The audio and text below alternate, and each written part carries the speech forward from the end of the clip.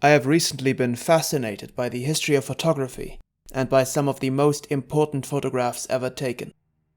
Let us look at one taken by Yasushi Nagao, which, under the title Tokyo Stabbing, received the 1961 Pulitzer Prize for Photography.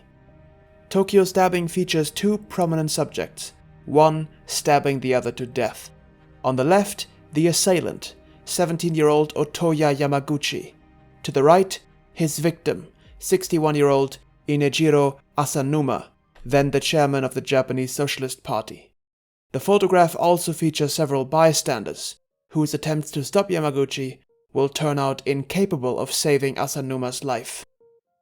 Like other great photographs, the human dimension of this one is perhaps most immediately striking.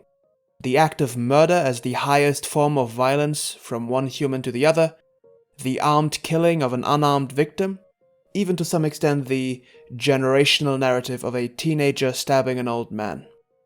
However, as I mentioned, Asanuma the victim was the chairman of the Japanese Socialist Party.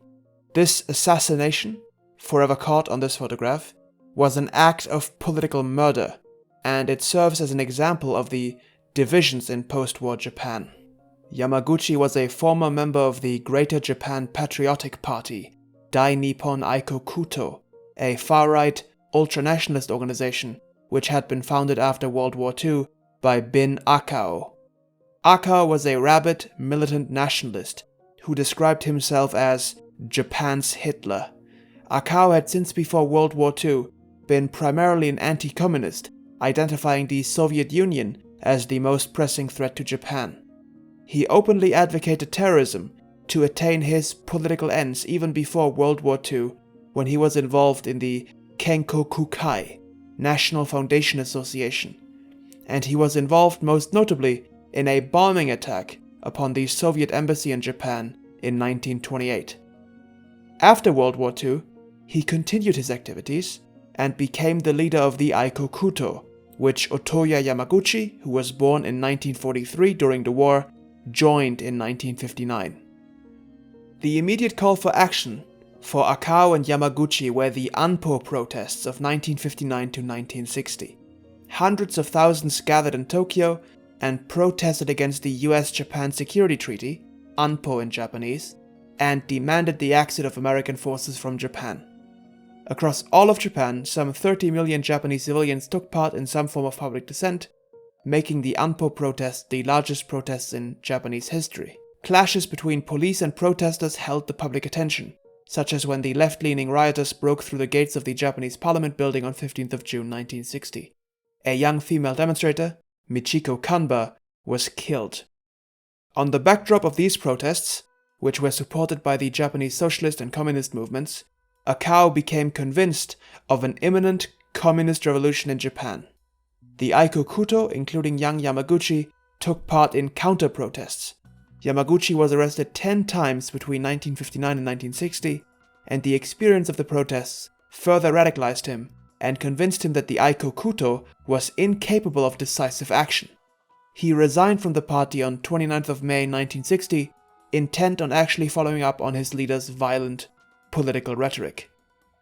On 12th of October 1960, Yamaguchi rushed the stage during a televised political debate at which Inejiro Asanuma was speaking, stabbing him twice with his wakizashi short sword. It was between the two thrusts that the legendary photograph was taken by Yasushi Nagao. Yamaguchi then attempted to commit seppuku, but was stopped by the bystanders and arrested. His victim, Asanuma, was dead within minutes. In detention, Yamaguchi spoke freely to his interrogators about his acts and his motives. Quote, "I did not think that the left-wing forces could be overthrown simply by taking out their leaders. However, the evil deeds those leaders had continued to perpetrate up to the present day could no longer be tolerated, and I knew that even if one leader were taken out, the behavior of future left-wing leaders would be constrained. If even a single member of the general public that is now blindly following the blandishments of left-wing agitators were awakened to their folly, I thought it would be worth doing. Master Akao always was saying, 'We must take out the leaders of the left wing.'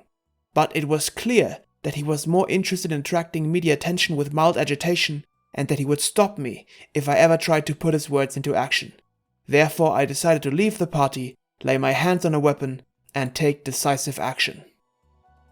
Eventually, on 2nd of November 1960, Yamaguchi used toothpaste to write on the wall of his cell, "Would that I had 7 lives to give for my country," and "Long live the Emperor," before hanging himself with his bedsheets, committing the suicide he had previously been denied.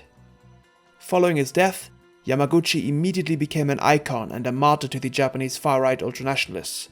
On 15th of December, within a month of the murderer's death, a memorial service to him was organized in the very hall where he had murdered Asanuma. The publicity of the attack spawned a wave of imitators, who plotted to murder other left-wing Japanese politicians, or even some Japanese conservatives who were seen as not conservative enough. This was not the first time that a wave of assassinations plagued Japanese politics.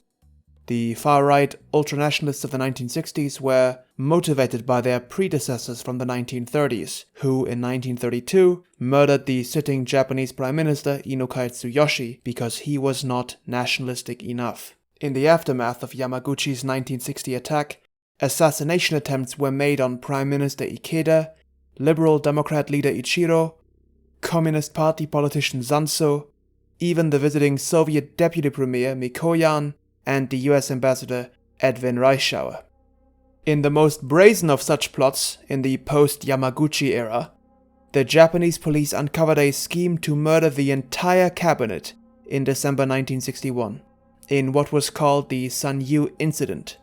To counteract this attempted coup, the police conducted sweeping raids and identified at least 34 culprits, who next to their planned murder of all cabinet members, also schemed to assassinate several central trade union leaders, communist and socialist politicians, the leaders of the Teachers' Federation, and they also planned to bomb the police headquarters and the parliament building. Involved in the plot were at least 7 retired military officers, including 1 former army general. And so, the story of this fascinating picture tells not just the tale of a young right-winger murdering an old left-winger. It tells the story of political radicalization and of the rhetoric of leaders turning into the violence of their followers.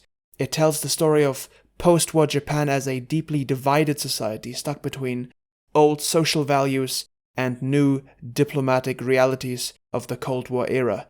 It tells the story of how a single act by a teenager can inspire into action schemes and plots against dozens of people or even an entire government. Thanks for watching.